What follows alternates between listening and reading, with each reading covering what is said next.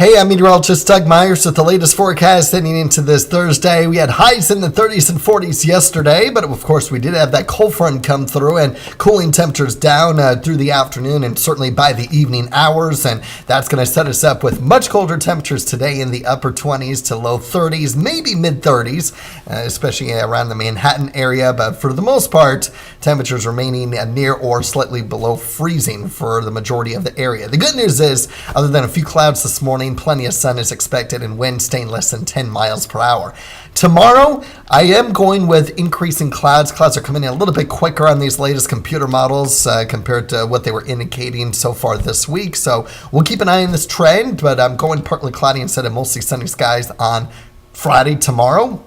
And then for the weekend, there's going to be quite a bit of cloud cover, maybe a few peaks of sun early Saturday, but as clouds continue to increase throughout the day Saturday, we're going mostly cloudy.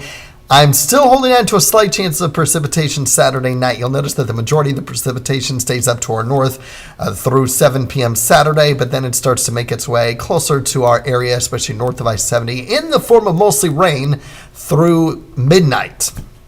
We're going to continue to keep an eye on this trend with the potential for a rain-snow mix Saturday night as the cold front pushes through, and that cools temperatures down to 30 on Sunday, but with cloudy skies. So the 30 both today and tomorrow.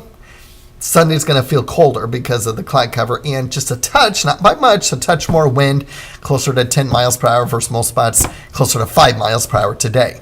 And then we're warming up early next week before we get another shot at some cooler air by the end of the week and another slight chance of snow Wednesday night. But I will mention that as we get towards the second half of next work week and even to start the weekend, there does remain differences in the computer models and the temperature forecast. Precipitation forecast, the GFS is showing a little bit heavier precipitation in the Marysville, Kansas City area compared to the European model. And as far as this, that being in the form of snow, no snow for the European model through next Thursday. All of that stays well up to our north, and even into Friday and Saturday, still no snow either for our area. The GFS, however, does indicate some snow for the next 8 days, including that possible Saturday night chance and that Thursday night chance, showing areas north of I-70 potentially in that 1 to 2 inch range. Further to the south, no snow at all in our southern communities, and then no additional snow in the extended outlook through Saturday. So that remains to be seen. There still remain some differences. I'm not overly confident on our systems. I am confident that whatever precipitation we get for the next 8 to potentially 10 days is not going to be widespread.